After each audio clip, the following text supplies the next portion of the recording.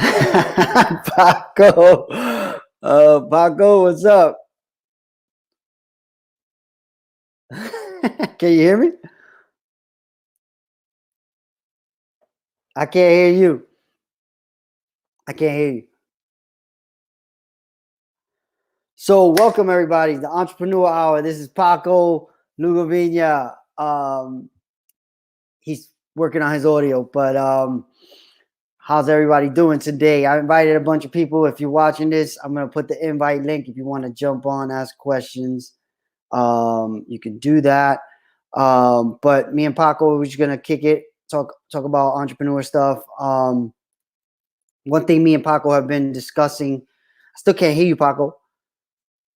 Paco has just come from running like 6 miles. He's 81, and I'm in my house. I haven't even left in weeks. Can't hear you. Maybe come back in. Come back, refresh. So what we've been talking about, me and Paco, is about this book we've been reading called The 12-Hour Year. Can you hear you? Yeah. Refresh. The 12-week year. It's a book that basically a friend of mine, DJ, told me about it. And he said ever since he's been using it, he's been accomplishing so much stuff. So I told it to Paco about it. I talked to Paco about it, and he ended up having it already, and he hadn't read it yet. So we've been working on it, and what it does is, the idea for the book is to treat every week like a month. So in 3 months, you have a year worth of work that you can look back at and say, okay, did I accomplish what I needed to accomplish? So basically, what me and Paco have a bunch of projects going on that we are trying to push as fast forward as possible, right? So I read the book. When I say read, I mean listen. And then Paco read it, right? And then when Paco comes with the questions and we go back and forth, that's how you really learn something, right? When you had to teach it or explain it, right? So this morning, Paco calls me. He's like, on chapter 16, do you remember the most important part of how to do this? And I'm like, no, I don't remember. And he's like, all right, listen to it and call me back. So we do that. And what it is there's lead and lag indicators. So a lead indicator is when you have tasks like for exercise, for instance, how many calories have you consumed? How many miles have you walked or ran or whatever it is, right? But then lag indicators are things that happen at the end. So like how many pounds did you lose, right? So hold on, let me try to get Paco back in. Paco, you hear me?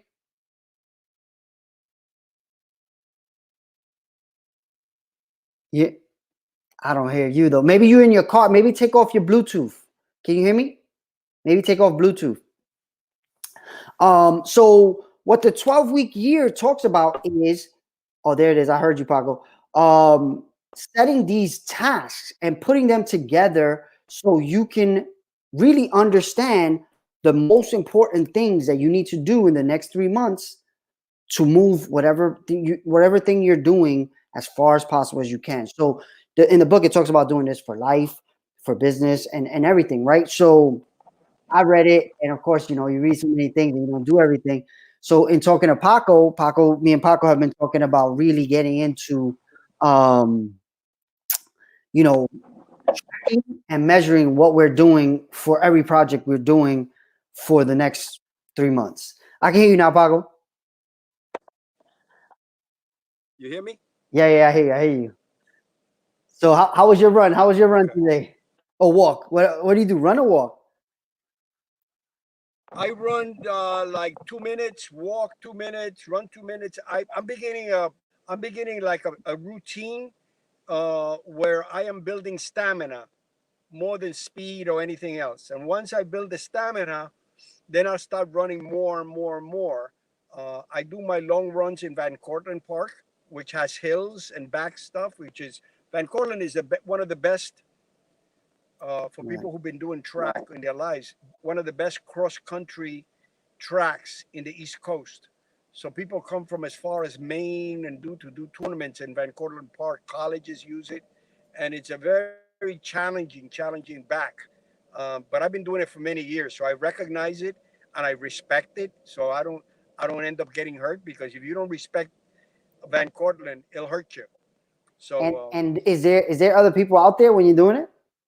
and it's that sometimes I get a little nervous, because there's a lot of people out here who still have absolutely no respect for what's going on. So right now I'm looking at a guy jumping rope with just a pair of shorts, no shirt, no mask, no gloves, and a whole bunch of people not using any protocol at all.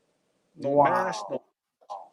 running in the track, and it's very dangerous from my perspective, and it's not being monitored by anybody, policemen or anybody. So for somebody like me, I got to watch out. I got to avoid people. Just saw a young woman walking out there, young, beautiful, gorgeous woman. Uh, uh, no, nothing, no gloves, no nothing. Tons of them out here. So that what that means to me is that although this virus is kind of leveling off, It's it's gonna just come. it's, It's still gonna keep. it's just an illusion. It'll pop up again if people continue to do this stuff. It's when I was in Puerto Rico and we used to get like a hurricane, Mm-hmm. sometimes a hurricane would stop and you would actually see a blue sky. And my grandmother would start screaming at me, "Come back in, come back in. The hurricane is not over." I said, "Yes, it is. Look, it's blue sky." She said, "That's the eye. Mm. That's the eye of the hurricane. You're looking at the whole." And sure enough, in about 15, 20 minutes, the hurricane would be back with full force. And I think what we're seeing now in terms of corona is the eye Ugh. of the hurricane. Anyway, I'm doing good stuff. I'm working. I'm staying healthy, and other than when Miguel reminds me that I'm an old man, I don't remember that I'm 81. Paco's funny. Paco called me this morning talking about oh, dang. Paco, you can hear me? Yeah, I can hear you. All right. I just try to I open hear up. you. I just try to open up Facebook and it might be crashing my computer. But I guess while I'm doing this, I'm not supposed to do other stuff. But we were talking about the 12-week year, right? And what I was talking to everybody about is the conversation we had this morning, where I had listened to the book, but I didn't really fully comprehend it till you started asking questions about what are the key things we need to do to track if we're doing this right. So one thing I wanted to figure out and talk to everybody about was how to take advantage of the information that we're learning, not only in the 12-week year, but everything, right? Like right now, you just spoke about Corona, and how possibly this is going to be much worse than people think. So one thing I think about is, how does this affect entrepreneurs? Me and you, we've had multiple conversations with different people about the opportunities right now. What opportunities do you see right now being, the entrepreneur?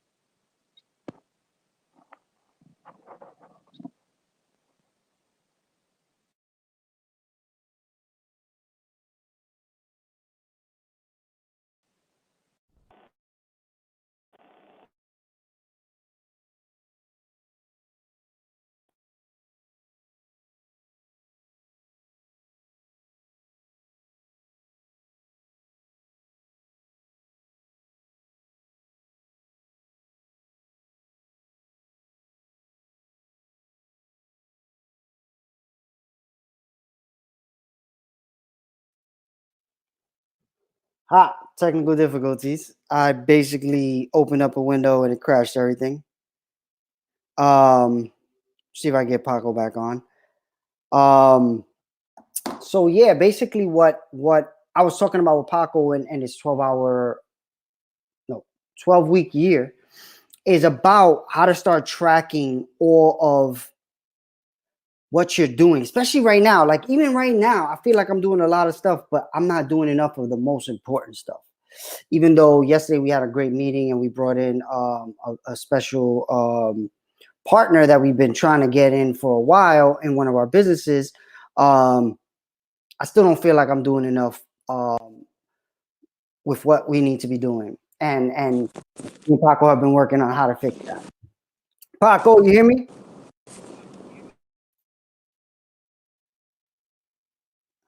So all right, while Paco gets back, what I want to talk about though is, and I'm gonna jump on Facebook because I know if you're on Facebook, not on the fan page, which is different, I can't see any. So it only sends me questions in if you're on the fan page. So I'm gonna jump on. That's what crashed me before. But okay, so basically, right, 12-week year talks about treating every week like a month, right? All right, Paco, you back? Can you hear me? So how can you do that? How can you do? Hey, all right, Paco. I don't know. Were you able to hear me before I crashed? I guess not. So how do you get a month's worth of work done in a week? The only way is to treat every day like a week, right? So okay, what can you do in a week, in a day? The only way to do that is look at the hardest tasks you can do and you need to do and treat them as first priorities, right? Because you get enough of those done, that's a whole week worth of work. Paco, I can hear you, but I know you're moving the camera around. So right now with us, we're basically determining what it is that we need to be working on. Right now, me and Paco have a business called Movicentrics, and also Paco helps me with MetaBronx. Paco's a advisor to me in pretty much everything I do, but MetaBronx is in a very tough position right now, and most nonprofits are. So when we talk about for-profit, nonprofit, nonprofits rely on a lot of government funding and grants. And two things that are taking a hit right now are government funding and grants, right? Because the economy is in such a bad place. To top all that off, they just canceled summer youth. So that means our nonprofit, which works with 100 summer youth kids a year, is in a tough spot. But so is just about every nonprofit in New York City. So me and Paco have been really working both sides of these two businesses, right? A business of startups and a business of nonprofit. So right now, me and Paco have been. What I asked you before I crashed, Paco, is what are the biggest opportunities you see right now being in this COVID situation and being an entrepreneur for as long as you have been, pretty much your whole life? What do you think is the biggest opportunity for entrepreneurs right now? Can you hear me? Yes. Yep. Well, I really believe that this is really an opportunity for people, entrepreneurs, or people generally, to take a look at what they've been doing, how they've been doing it, and what level of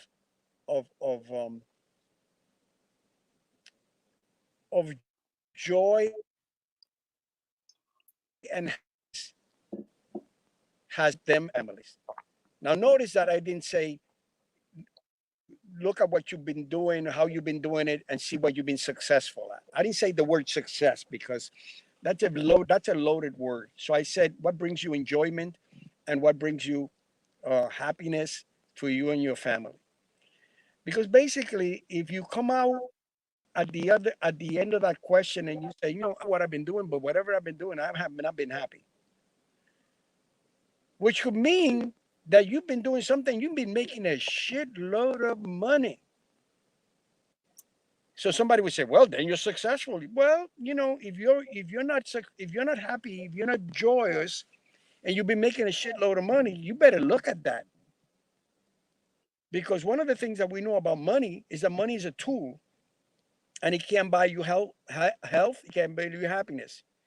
You know how many people have died during this coronavirus that had millions and millions in the bank, and they couldn't buy themselves out of it. So there's some introspection to be done by individuals, and this is a good time to do that. This is one of the things, one of the benefits that this thing has brought. People have found out what it is to spend time with their kids. Who sometimes all they talked about was, how difficult they are and how naughty they are and how inquieto they are. It's part of building a small family, particularly if you have young kids. But all of a sudden, they've had to find out how to manage that, and how to manage that with some compassion, if you know what compassion is, and some love, if you know what love is. If not, you'll be talking to your children perhaps the way that they were spoken to.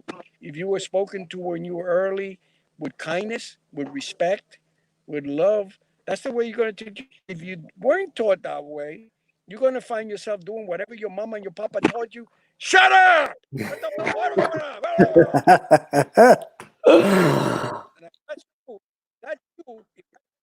if that's you, you better take a look at that, No, that makes sense. I because mean, Yeah. you're all you have, but your mama and your papa. The bad part of I'm sure your mama and papa put a lot of stuff, but you don't want to pass on the bad stuff of mama and papa to your children.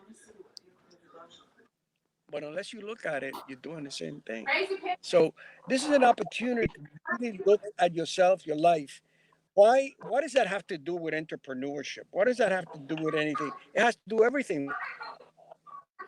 It has to do everything, because you have to be able to. You're not just pieces of you. I'm a businessman at work, and I have to be tough guy at work. And then when I come home, I have to be a loving guy. I'm a loving guy at home and a tough guy at work. That's bullshit. That's bullshit. You got to try to find how you as a whole person are pretty much the same that you are at home, etc. So that's a piece that nobody wants to really do. A lot of people are afraid to look at that because they don't like what they see. And what is it that why is it that they don't like what I see? Because a lot of them don't like it much. And if that's the case, and we want to change that, we have to do certain things to do that. In my opinion, rather than psychotherapy or do what I do, nothing wrong with psychotherapy, by the way. I highly recommend it for people who really need it, which is probably most of us. Uh, and and as a Buddhist priest, I do a lot of meditation and contemplation and stuff like that. But absence of you taking up a rigorous practice like that, I would say the 12-week year plan can also help you get there, because it is rigorous, and it takes work, and it takes commitment, and it takes responsibility, and it takes you saying, I own this. I owned it, whether it's negative or positive. I own this. And I want to make it positive, and I want to make it positive. I am not a victim. Other people are not responsible for what's happening to me, because a lot of people say, well, what happened to me was, the coronavirus just happened, and because of the coronavirus, my business went down the tube. But the 2008, you know, economic downturn messed me up. People are always blaming something for their lack of joy and happiness, or if you want to call it success, however you define success. And I'm telling you, don't define success by how much money you made. So, in my opinion, this book helps you kind of realign yourself in a very different way. And I highly suggest it. And Miguel and I, as he said, we're taking that up. So so we got that's my for the day. all right. So we got a guest, Paco. I haven't met this guy yet, but this is the Entrepreneur Hour. We bring people in and network. So we're gonna talk to Sam. Sam, how are you? Can you hear me? Can you hear me? I hear. Can you hear me or no? No. All right. Maybe. Are you on your computer or your phone? Looks like computer. Oh. Okay. So Sam has some technical difficulties. I'm working on it on the side, but basically what Paco was saying is where I kind of been with mass ideation for a few years now. I know mass ideation can make me money, right? But I don't know if I really liked that business. And I also saw like a limitation of how much money can be made in a business like that. So I've been, trying out different things. Oh, we got Caesar. We got Caesar on too. Yo, Paco, Caesar's there. You hear? You see him? hola. Paco's like in Van Cortlandt Park being crazy, running around. But what I was talking about is I've been looking at my entrepreneurial journey and saying, do I love what I do enough to do it for the rest of my life, right? So for instance, entrepreneurship in mass ideation meant me having to sell agencies and brands on innovative technology. I love that part of it. I hate the rest of business, which is, the back and forth to get paid, the, managing people who sometimes don't work well with others and different things like that. So I took it upon myself to say, okay, I'm still going to do mass ideation. I love it enough to do it, and it pays my bills. But I'm not going to just look at this as the final journey, right? I was at this conference last year, and this guy said, well, how would you change your business if you knew you had to do it to the day you died? Not sell it, not exit to whoever. Do that business to the day you died. How would you change it, right? So I realized, okay, I'm definitely not running mass ideation like that. But I also know as an agency, that's not something that you sell very easily. Like to sell an agency, you got to get it to a very big place. So I said, all right, what are some things that I need to change about the way I work and live and, work on projects that can be something I do till I die, right? So this is where this is around the time me and Caesar started talking about creating content, because one of the biggest things is you can create content to the day you die. And if you're doing it right, it can pay you to the day you die. Right. And it can bring in people that are going to work with you. So even doing this show, I get very little views, but it brings in people that I can work with and do business with and do business in the way that I want to be doing it.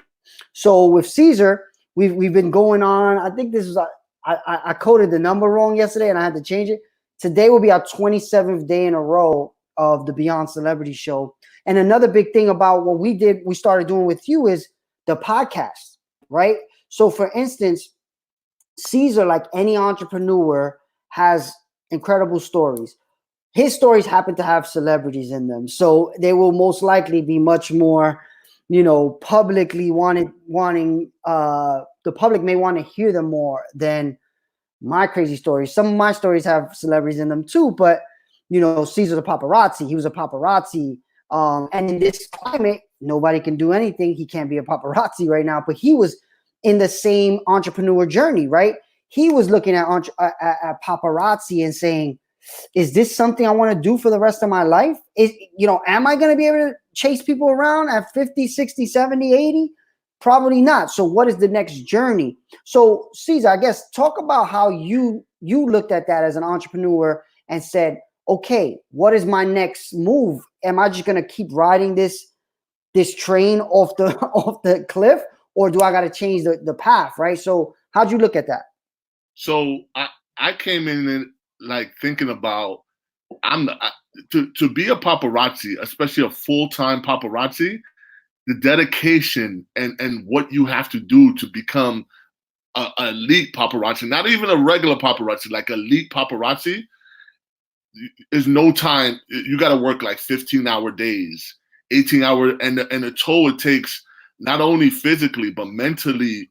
You have to be on point. If you want the shot that you want, you got to be on point. The person's gonna leave out this door. It's so much into it. So I've been doing it for 16 years, and I even in the middle of that, when I met Miguelito, Mig, I was like, yo, we got to think about a way that this could sustain itself for even generations. And not only did I teach a lot of big time paparazzis how to do their job, and they're still flourishing, not right now, but before this was going on, I had about 3 or 4 under my belt that I taught how to do this, and they make a nice amount of money and a great living.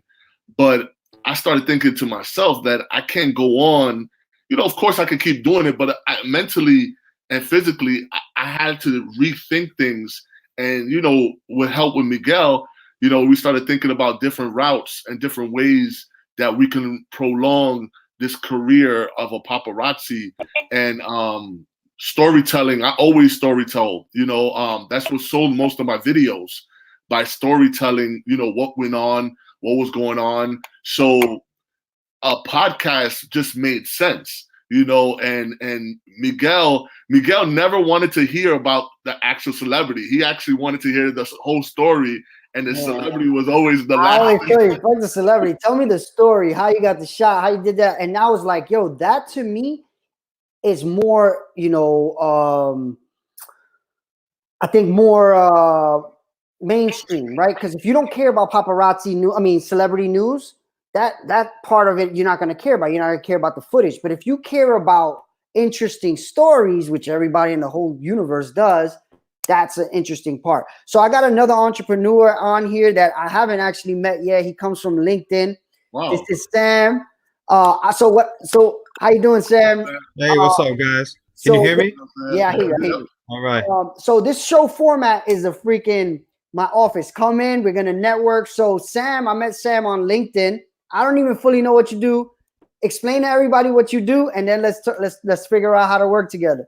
Yeah, I'm Sam Rivera, man. I'm based out of the Bronx. Yeah, nice. I'm from the Bronx too. I don't know if you know. No, that's how I found you. Oh, nice. All right. yeah. I was looking for is there anyone in the Bronx who's in tech right now?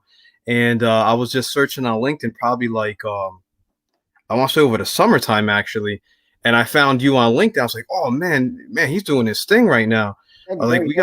We should start up a community because, as you know, Bronx is changing, bro. Yeah. Bronx is changing, and our faces may not be here for long. You know what I mean?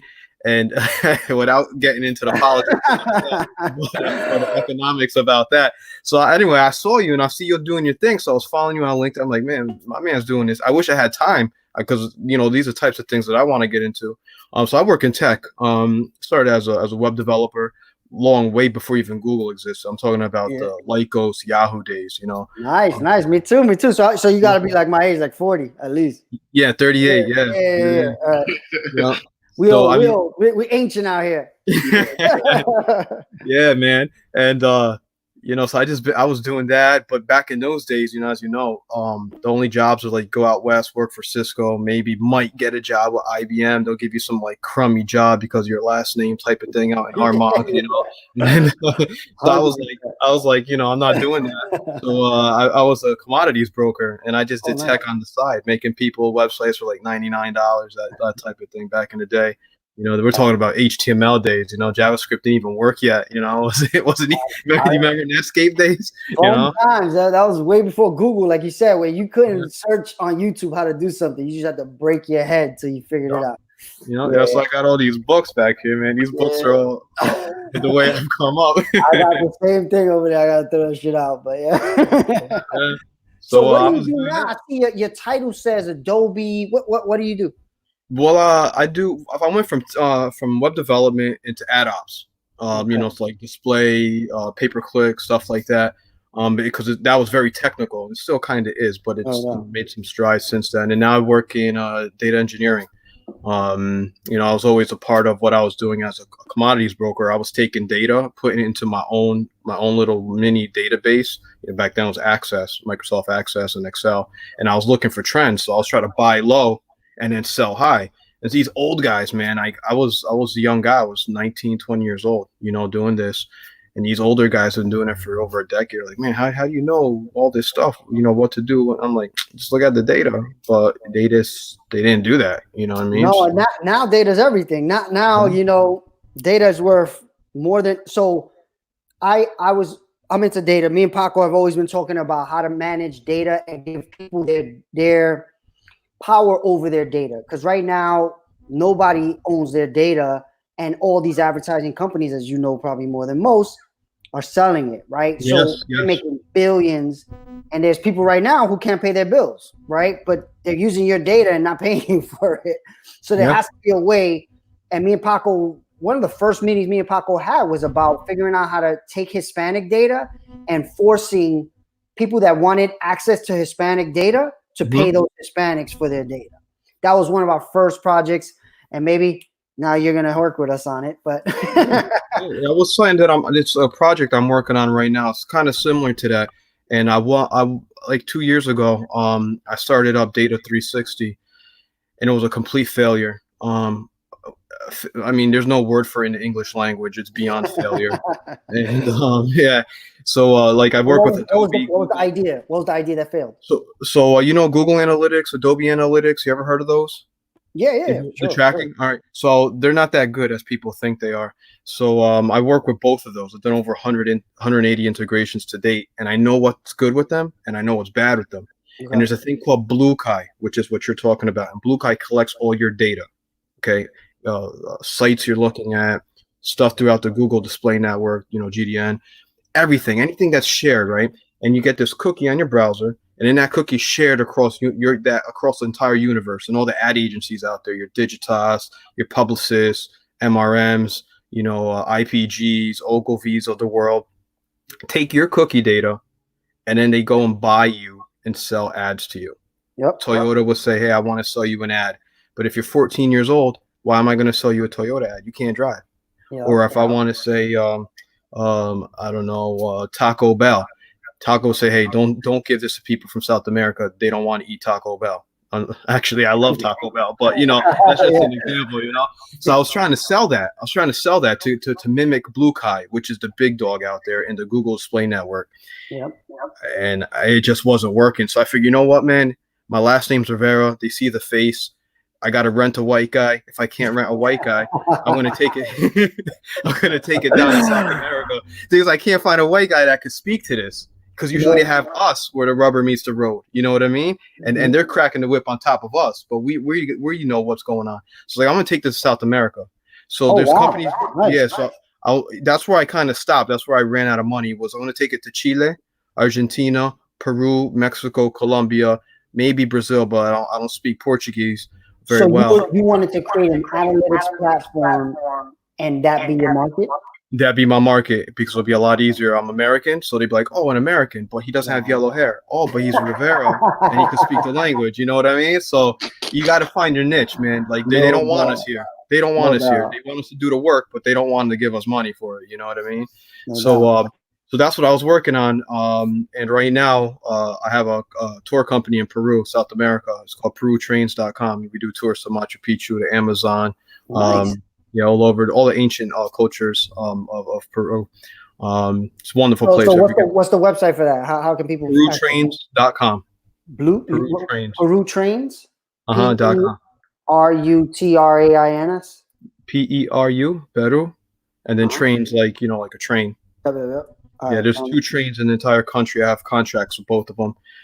So I get. I'm gonna have to do that when we out of this. I'm going. Yeah, man. Yeah, we've been around since 2008. Actually, this month I started. So it'll be 12 years now. I've been nice. And so you create that business. You operate it from here.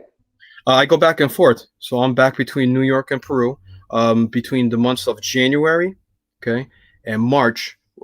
January and April, we don't do any business because of rain, extreme rain. Sometimes the government close up things. There's floods, stuff like that.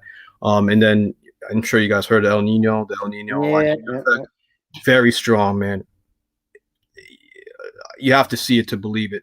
Type stuff. It's very, very real. For some reason, the Northeast United States, for some specific reasons, like protected from all the nonsense going around the world. This one little area of New York, New Jersey, Connecticut, this little area is not experiencing not even 90, like not even 1% of what's going on around the earth, man. I don't know why. I really do Well, not. it's starting to creep in, right? Like Sandy, stuff like that, starting to like That's the true. That's true. global warming is trying to change that. Yeah. So yeah, we're screwed. So But yeah, so we have this business. Been doing it for 12 years. Not doing too well right now. oh This is yeah, probably yeah, makes sense. the past 2 years was the toughest, and then this right now just came out of the blue. They closed the country. The borders closed up. It's really really like bizarre, but yeah. So you're an entrepreneur at heart. What so Mhm. day to day are you doing that business and click and add clicks for businesses? What's your normal day to day? Dude, I don't sleep. Yeah. I'm doing that business, right? The entrepreneur hustle, right? I'm doing that business, and then I'm doing some data engineering for folks. I did Nike, Sling TV. Sling TV. You probably see some of the commercials. So all right, so we're only about to get into the nitty gritty. Caesar runs a paparazzi business, but on the side, he's always created this YouTube channel. He has 100 million views on his YouTube channel. I've always Wow. told him we got to extract the data out of that YouTube channel. Oh, okay. What Yeah. would be the way you suggest us do that? Yeah. All right. So you could download it, just download the raw data, but that's a pain and it takes a lot of time. And if you fat finger a mistake, forget about it. Your data means absolutely nothing. Or you can use API and just suck the data out, and then you collect your data and it'll automatically go into whatever file format you want. And then from there, you could visualize it. You can visualize depending how big your data is. We're talking about millions, right? 100 million, yeah, 100 million million. views, yeah. You're gonna have a lot of rows of data, probably a lot of columns as well. So you could put into Tableau, put into a text file. So have that data exported, put into a text file .txt, and you could use Tableau. You can download Tableau for free now. Like you won't get all the bells and whistles, but you get a workable product. And then you could visualize it. You could, whatever data you want to see. Like so like give us some example, because right now one of Caesar's right now we started to do a show on his YouTube, right? Every day we do this show where he starts telling his stories, because right now we're in quarantine. Storytelling is all we got, right? But it works a lot for him because it's interesting celebrity stories, right? Okay. So what would you suggest we do to gather data and help that channel grow, or anything as an expert in data science and stuff like that? What advice would you give Caesar as an entrepreneur, and even me or any entrepreneur watching, on how to use platforms like YouTube to grow your business? One is use the data to find out who your audience is. That's number one. Number two is find out what that engagement is. Okay. And number three, because we're from New York City, learn how to monetize it. 100,000%. That's all. You should have said that first. First, you got to know your stuff before you monetize it, right? Or else you're going to be going in the wrong place, right? You don't want to sell filet mignon to a person going to McDonald's. So that's the first three I would say is understand your audience, right? Because, like, for example, I don't know your audience, but I'm just going to make this up. Like, let's say I know, going to, who's a famous person out there? Like, I don't know, I think of Rihanna, for example, or who's from the Bronx, the girl from the Bronx, I can't remember. Cardi B, yeah. Like, if you put something on Cardi B, is that something that your audience is interested in? Or so it would be. You're saying based on the content, which content shows the most traction? The most engagement, yeah. What's getting the most engagement? So right now, what would you say that is? Is that like BTS, Caesar? Who's the one where you post something now explodes? BTS 100%. BTS, they're a big K-pop Korean group. They right now by far they are the most potent ones. if I get them right now and I post it, I get about close to 400,000 views right away. But those views, so to his point about data, those views could be coming from Japan, right, or Korea or China, right? Well, I see a lot. I see a lot of, especially with them, because I take that and put it towards like the monetizing, and the Koreans, we don't make that much money off the Korean, whatever their money is. The market over there. I still see a high rise in U.S. dollars, when it comes to the monetization of those videos. So, it's still a lot of Americans that's watching those videos too. That's what I heard, that those folks have the younger audience. Yes. The younger people that's their audience here in the States. So that's probably where you can make your money. They're changing the game. Like K-pop right now is changing the game. It's global now. You know. Mhm. So that's a good so that's a good transition that I've been really trying to figure out, because musicians and entertainment data, how do you really convert that to monetization? Caesar's lucky enough to have a channel on YouTube that pays him, right? But most people don't have that, right? So how would you take data from entertainment? Because I work with artists and stuff like that too, and I have data with artists, but monetizing it has always been an issue. Like, how would you suggest monetizing entertainment data? Get ads on your videos.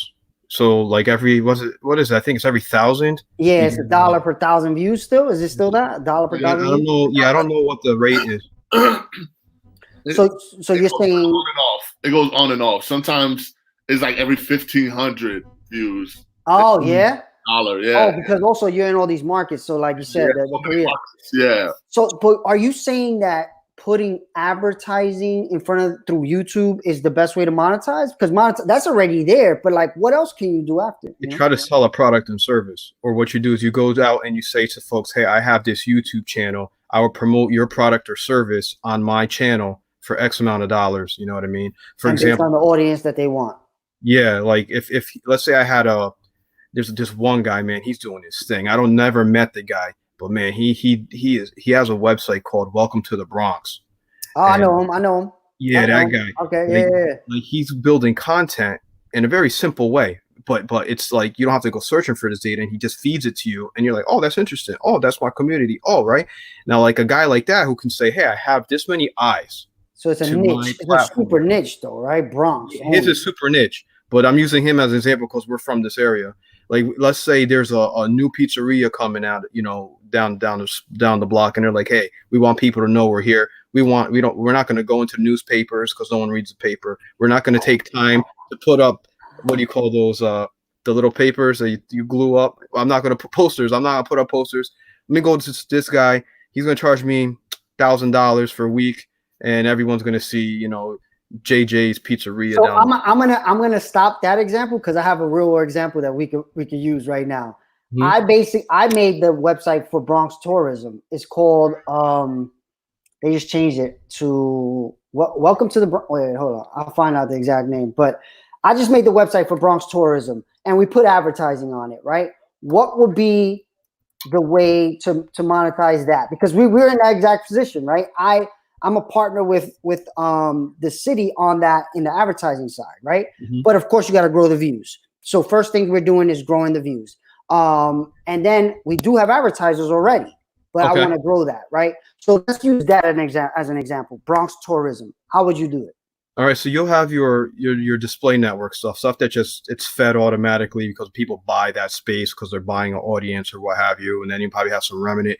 The second way is, we call it premium ads. There's space on your site that's a premium, meaning that let's say the top, like the big banner at the tops, and that's only for people that are going to pay you to be up there. Let's say, you know, what's it, Caridad restaurant, or you know, Kennedy Fried Chicken.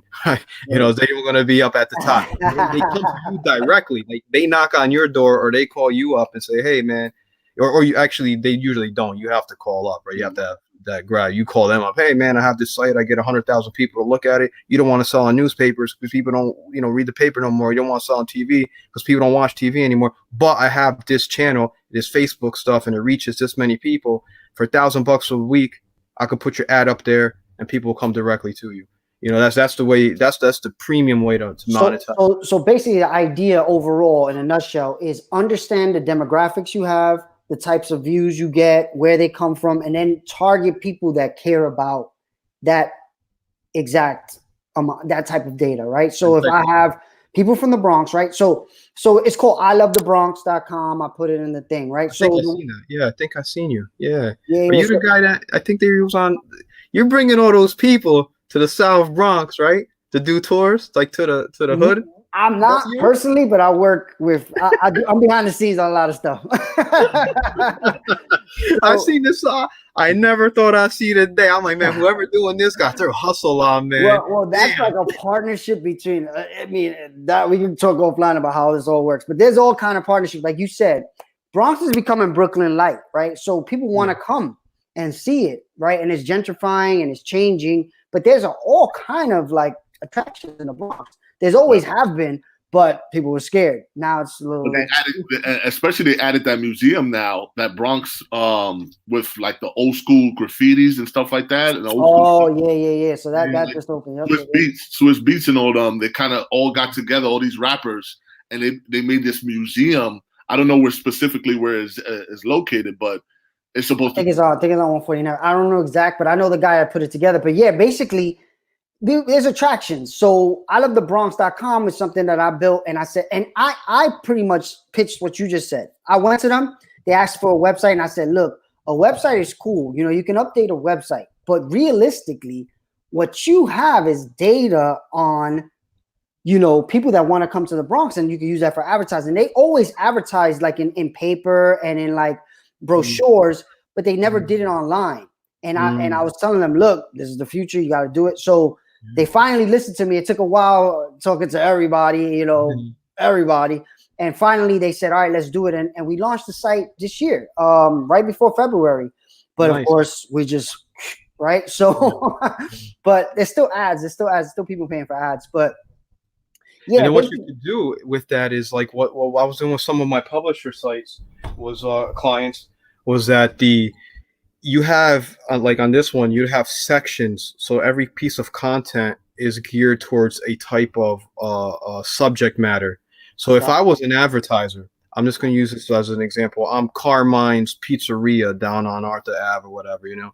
I don't want to be in your top clothing content or, you know, fashion trends. I'm gonna be like, hey, put me in your restaurants or food and cuisine or something like that. And I'm going to come to you and be like, hey, maybe I do like, let's scroll down. You had some content. I actually did that. I did that. I'm bringing it up to show you that I did that. Yeah. So basically there's like specific. So like food, for instance, I'm trying to find a food article. It might not be many, but all right, here it is. That's the best food article. The advertising on the side has to do with food. See, it's a restaurant, right? Okay. So I did think that way, but that's good. That's good advice for any entrepreneurs that are looking to do something similar. If you code this, you put some metadata on that page. Oh, sorry. You want to go back to it? That reminds me of a clip in the old Planet of the Apes when the guy's going. If you put some metadata on there, say some slugs. What did you build this in WordPress? This is WordPress. Yep. Yeah, you can put some slugs with WordPress on that. One also helps your SEO, but also what it should do is it helps with your advertising with the slugs. So when other remnant ads or what in the network say I want to just be up on restaurant or food, they'll hit that metadata and they'll get geared towards this. You'll see an increase in a price of your ads as well. So right now we're doing one-on-one. It's not Google ads. Are you talking about Google ads? Yeah, being on the display network. Yep. See, so that's the next step. So at first, you know, they definitely allow me to test in levels, right? So at first I said, look, let's put it on Google. But I knew Google, they weren't getting the type of views that make that much money on Google, right? You need to be getting millions of views to really make good money on Google. So I said it's probably better to just target individuals that you already work with in your other publications. So we went directly to that. I think I do some of what you're saying, but not for Google. So that is the next step. Once we get to a certain amount of views, what are the view count you believe it needs to be before you start using Google? Because right now, if you get, because me and Cesar, we had a website for his paparazzi stuff, and we weren't getting that many views. Most of his views come on YouTube. Very, very rarely people go to a website. They'd rather stay on YouTube. Mm-hmm. How many views do you think you should have before you start doing Google Ad Network? Because I saw it to be about 10,000. What do you think? No, I think it's day one. Just start it up. Yeah, just start it up, get your thing going. Just be up there, whether it's pennies, whatever, you know, just get it up and running. And like a case, what you said is 100% right. People just, if they're on YouTube, they're on YouTube. And like me, I'm a junkie. I can't get off of the damn thing. You know? Everybody. Like, if you're on YouTube, stay on YouTube, have the site just for, you know, just to have as a, you know, open the door for something or whatever it be. But you know, the site is also good to push content like on Facebook and stuff like that. The problem in YouTube, Facebook realizes So if you're trying to promote your YouTube content on Facebook, so that you're on Facebook, they got to send you out that way. You know, and They don't people are want like, that. I don't want to click on that. So whatever you make on YouTube, also put it on Facebook. The same thing. You know what I mean? You're saying And embed the Facebook? I mean, because right now what we're doing, like right now, what I'm doing right now, I'm streaming this same content to YouTube and Facebook at the same time. So it's going to be native on both. that's But right. I know there's no monetization on Facebook, but I don't have enough views on YouTube to get monetization anyway. But for Caesar, for instance, he does, but we do the same thing. We stream on Facebook and YouTube at the same time. Should we be the problem that I've seen is we're getting more views if we stream multiple places at the same time. Because some people don't like YouTube, some people like YouTube, but they'll, we have it on Twitter too. So some people are willing to listen on Twitter. Miguel, I think he's talking about like original content. Like when, let's say I get Rihanna, right? And I put it on YouTube, right? Don't take that. And remember, I was doing it for so many years. I used to take that content from the YouTube, take the link, and then put it on the Facebook instead of just taking the actual file. Yeah. And make it into 2 files and make it native to both Facebook and YouTube. And it's working much better because now I'm starting to take some of the videos, the old videos I have, and I'm starting to put it up on Facebook now as an original file, and it's starting to pick up more. So you're putting that same file, like a native file on Facebook. Yeah. I'm taking. Yeah, that's because Facebook and all these LinkedIn are the same way. Once you put native on their platform, they promote it more, and it's just genius to keep people in the platform. The dumb part of this is going to be the data, right? So now you got that same large file on 3 different networks, and that is not sustainable. I don't think it is. I mean, I don't know how to get around it, but I think it is what it is. That's what they want. That's exactly it is what it is, man. So like what I've been noticing, and I think everyone else, is I'm just only one person on the planet Earth, so I'm sure other people are, is that each one of these brands, your Instagram, your Facebook, your Twitter, all have a different type of audience now, and that's generally by age. Because what's happening, a lot of people are like, a lot of the young guys are like, but your young people, excuse me, like I'm not using Facebook. My mom, my grandma's on there. I want Yeah. And then all those people eventually get on Instagram and they're going to go to something new, like TikTok right now. So Caesar, we've been going hard on TikTok for his network. I do it too, but not as much. I clown everyone on that. I gotta learn it. I gotta learn how to do it for entrepreneurship. Even though like people like Gary Vee always talking about just talk what you talk and just do it. I gotta figure out something better because I don't know if that's gonna work for me, but whatever. Just throw it up, Miguel. I know. You gotta throw it up. Do it, bro. Just throw it up. I personally will never use TikTok unless unless something drastic changes because China owns it. Oh yeah. So the data stuff, what I've been thinking about? I've been thinking that they're faking the views to get more people to use it. Because I just found out that when you install TikTok, they pretty much have access to your whole phone. They know everything. So the way they get you in is say, hey, you're gonna get more views here, but that shit is probably a lie. I was thinking about that. Yeah, I don't trust anything. When I was a commodities broker, I used to go to China a lot. I lived there for half a year. I lived in Tokyo for half a year because I worked for a trading company. So I was buying a lot over there when they opened the doors, like shortly after during the Clinton administration, when they were accepted in, and we were doing trade. So a few years afterwards, and I don't trust that place, man. I don't trust that place at all. And it's not about capitalism or communism because they're actually the same thing. It's about a dictatorship, and they have access to your data, and that's your kids who are on TikTok, man. These are your children, and they're addicted. They said that like the average child is on TikTok 6 hours a day or some crazy number like that. So no doubt, and there's been, I think India banned it. I'm pretty sure India or one of those countries banned it because of the addiction, but I'm pretty sure they knew the data situation. They knew China was stealing the data. Paco, you have any questions for Sam? I don't know if you were listening. All right, Paco. Paco, can you hear us? Paco. Yeah, this thing, like the audio and the sound was kind of mixed up, even if you kept refreshing. Yeah, so sometimes I think when there's too many people on, it gets confused. I hear Sam, but I don't hear Miguel at all. Okay, so all right, StreamYard, the company, I'll let them know. than usual. We got too many, probably I'm too many sorry, people Sam, on. that I missed your introduction because I'm really interested in hearing your background and stuff like that. But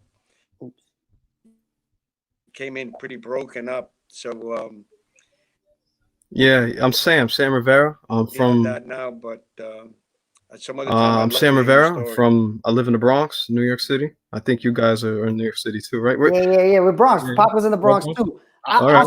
I'll set up other meetings. So this is where it is the networking, right?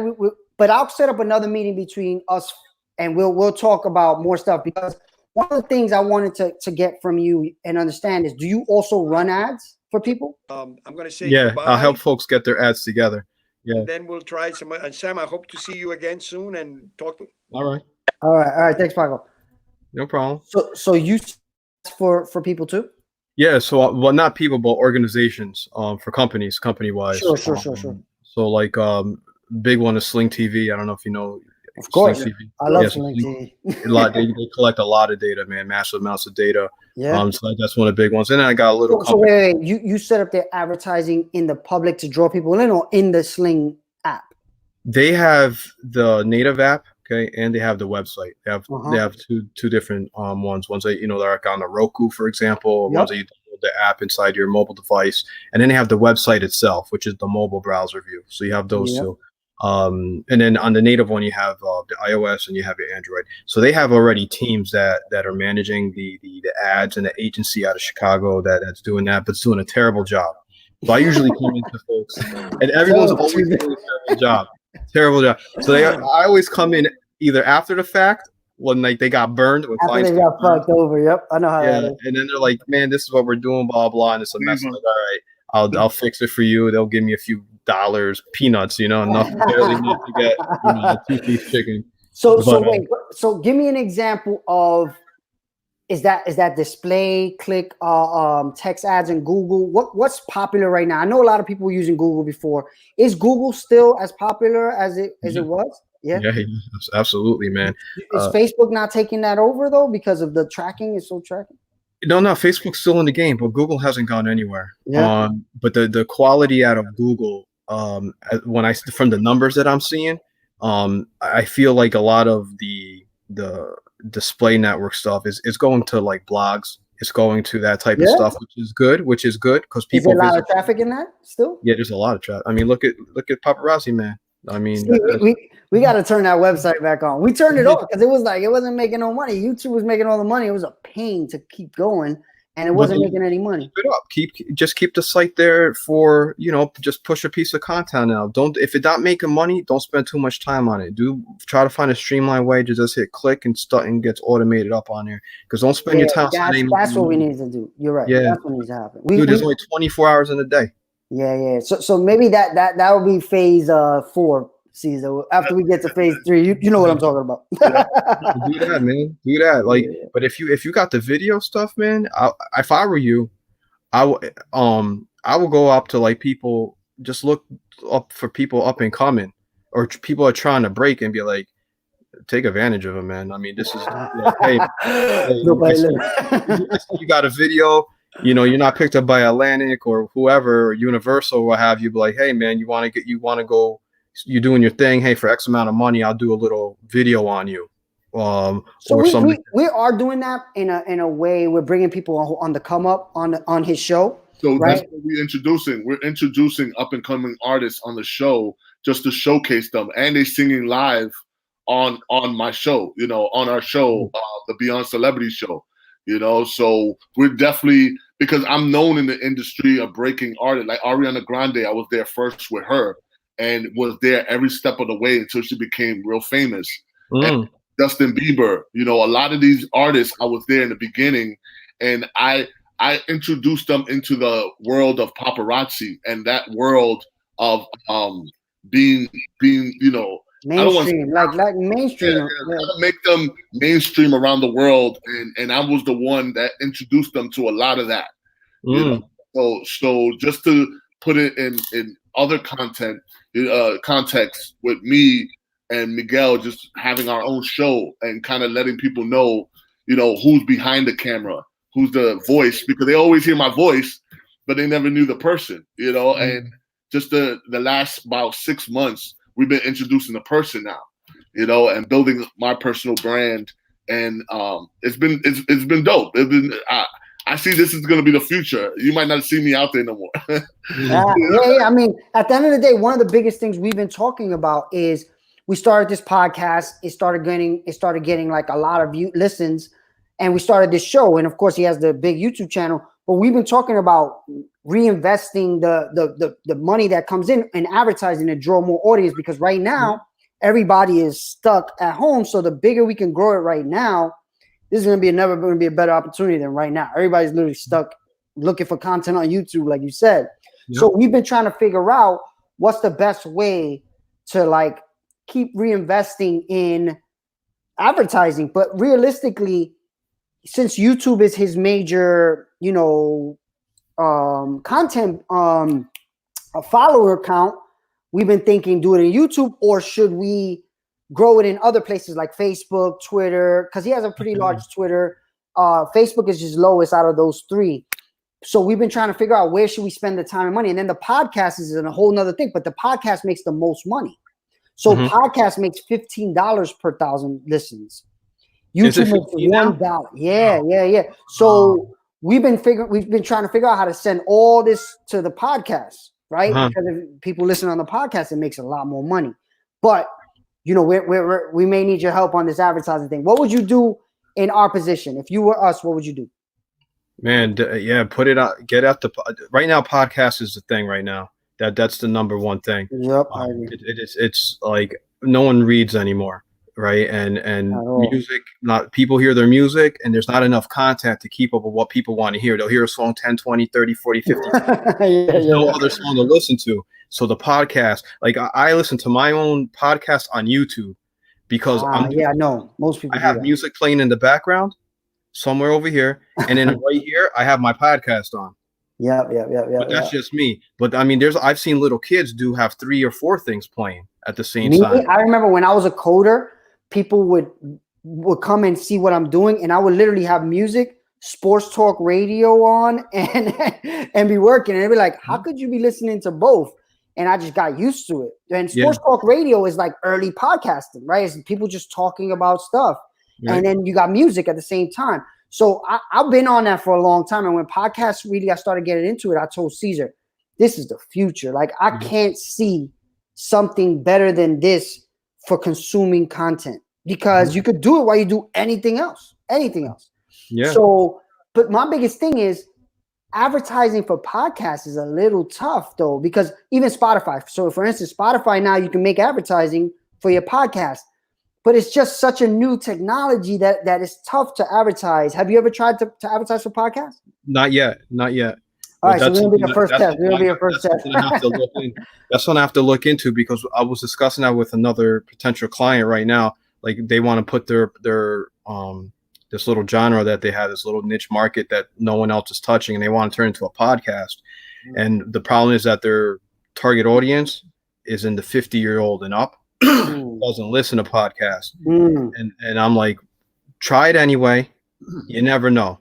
You know what I mean? Just try it anyway. You just never know what would happen out there. So that was like 3 weeks ago before this whole nonsense started occurring with the COVID.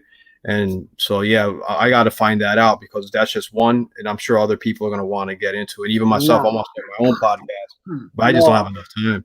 Nah, this is probably one of the biggest opportunities. I believe podcasting would be like the next YouTube. Like right now, there's all this content. I actually think YouTube made a huge mistake in not getting in the podcast market, because right now, all that content on YouTube, if they were just to turn on, now you can listen to it as a podcast, they would destroy every other podcast network, because they already got advertising and they already got the users.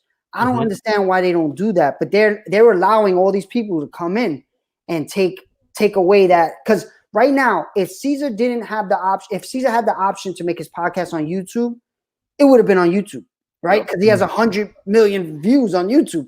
But because he wasn't able to, we had to find this other solution. It paid more, but it's going to get a lot less listens. So we had to do it, right? Anchor.fm is the way that we do our podcast. Okay. So that it automatically puts it on Spotify. Spotify bought Anchor, right? YouTube should have bought Anchor. right? Spotify, and then it puts it on Apple. It puts it on all the podcast networks for you automatically. Mhm. So that's huge.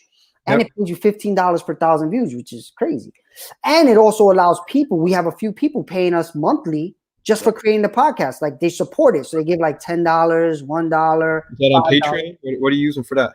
Anchor does it. It does Anchor it does straight it through now? Anchor. Yeah. So yeah, I mean the opportunity is huge. What we've been trying to figure out is how to take the most advantage of it. And the only way to do that is through advertising. If you can get it seen by the most amount of people right Mhm. now while it's exploding, that's the way.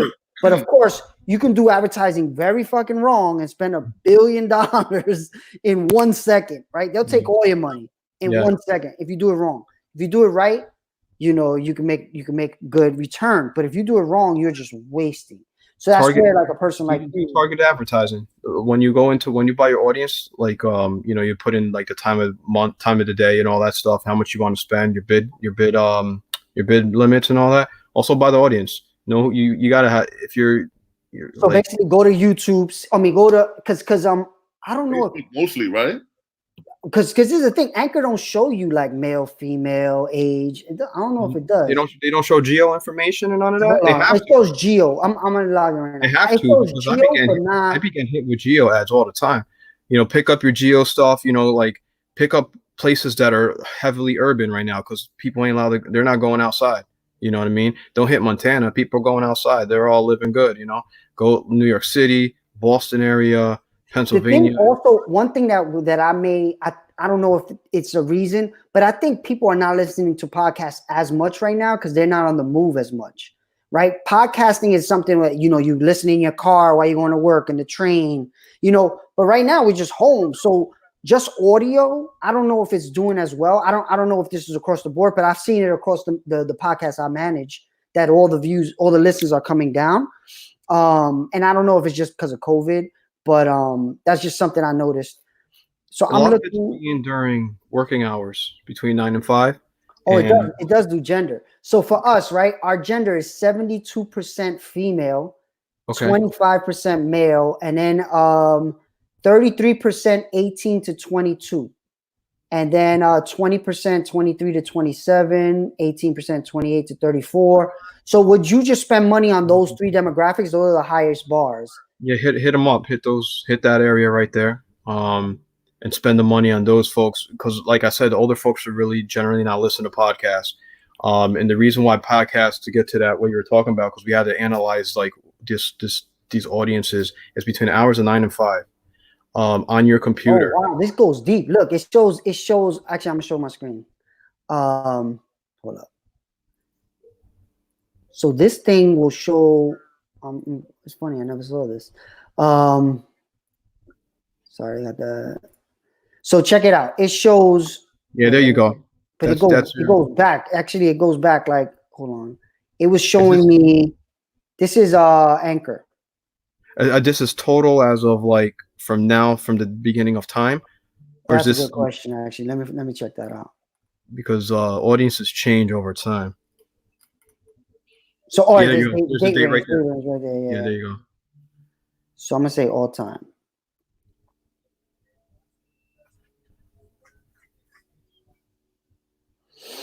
I guess I'm streaming. It's taking me a long time. Okay. All right. So this is all time.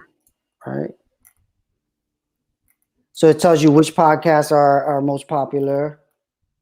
What's that? And then see YouTube, I mean, United States, right? And then you can click in and see where in the United States. So for instance, also Spotify is most of our views.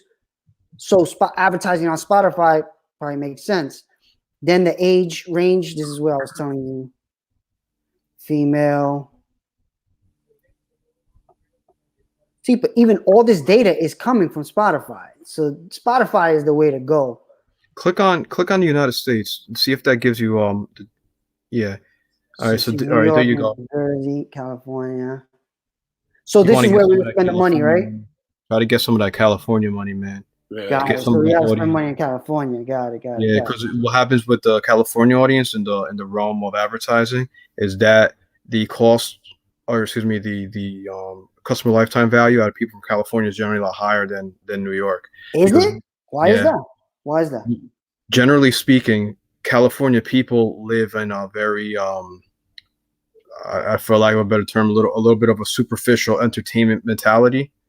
New Yorkers, New Jersey, Connecticut are grinders. We're like, does it work? Yes or no? Yo, that makes a lot of sense for this though, Caesar, right? Because paparazzi in LA, there's like 30 paparazzi on the street every day versus New York is much different. So you hit up that California, man. Try to get the LA area, that San Fran, you know, and the new gentrified areas like Oakland, you know, Englewood areas, those places that the younger people who are educated but are debt from college and listen to that stuff, hit up those geo areas, because they're into that stuff, man. They're all into that, you know, the tight purple pants and all that stuff. Get that audience, get that people, man. You're gonna, there's the lifetime value. Especially this is still the beginning too, so I'm yeah. I think we're gonna have to do a test, Caesar. We gotta have to do a test in Spotify in California. That makes sense. We got the audience. We know the age. Women mostly 72%. That's a lot, right? So if it's that percent, you just gotta go all spend money only on women, right? Or should you spend on getting more men? It just shows that men are not as. I would say keep it both, man, because even though they're women. Right now, these young people right now, they're really like men and women. So like there's no gender. And for a lack of, I don't, you know, so that's I would say keep it both. Just keep in mind, like, it's women, but what type of women? It's men. What type of men? I mean, is it a man? You can't do that you can't do that in these advertising platforms, right? It just says men. But if you look at your data, look at the content that's being consumed, and you could know right there. So for example, Cardi B. We may need to do a live session of that. Like, would you be willing to do that? Like, what do you need? Like, pull the data from Caesar's YouTube, and explain how to look at it, right? How to look what you're saying right there, because I've looked and I know data probably more than most, and I don't know what you're talking about. You know what I mean? So imagine you could do it, because and then what you do is you look at your content, because sometimes data don't explain certain things. You have to sit there and the data only opens a door, and then you as a human being, a master of your audience, have to then look at it and say, oh, that happened because of this. A happened because of B, C happened because of D. The data's not going to explain that. It's just giving you a door and say, hey, what you're looking for is in that door. You know what I mean? And you have to go in there and try to figure it out. So for example, the Cardi B, I've never in my life have ever heard a guy driving down Westchester Avenue pumping some Cardi B. You know what I mean? So right there, that would tell. If I did, I'd be surprised.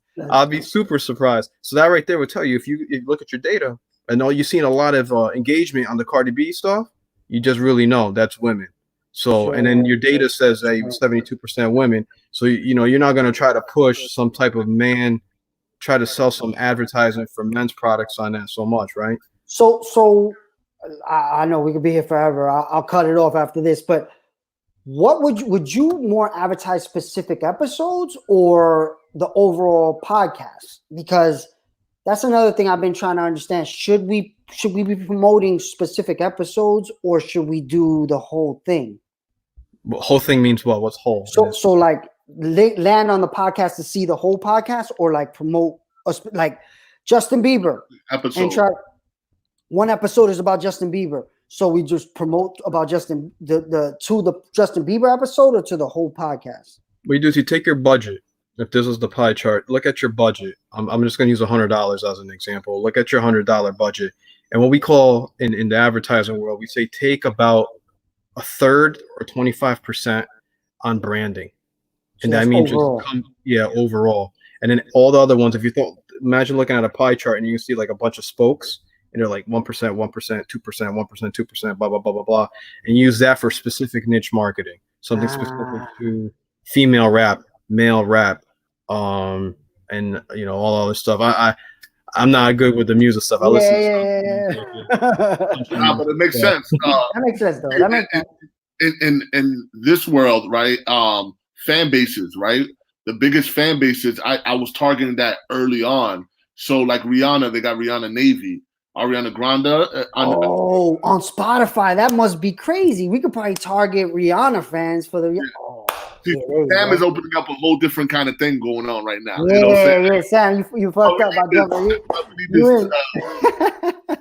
Like the Wu-Tang, what I used to tell people who like the young kids who don't understand this stuff, because a lot of these ad agencies, everyone there's like young 20s and they don't know what they're doing. That's why I got to come in.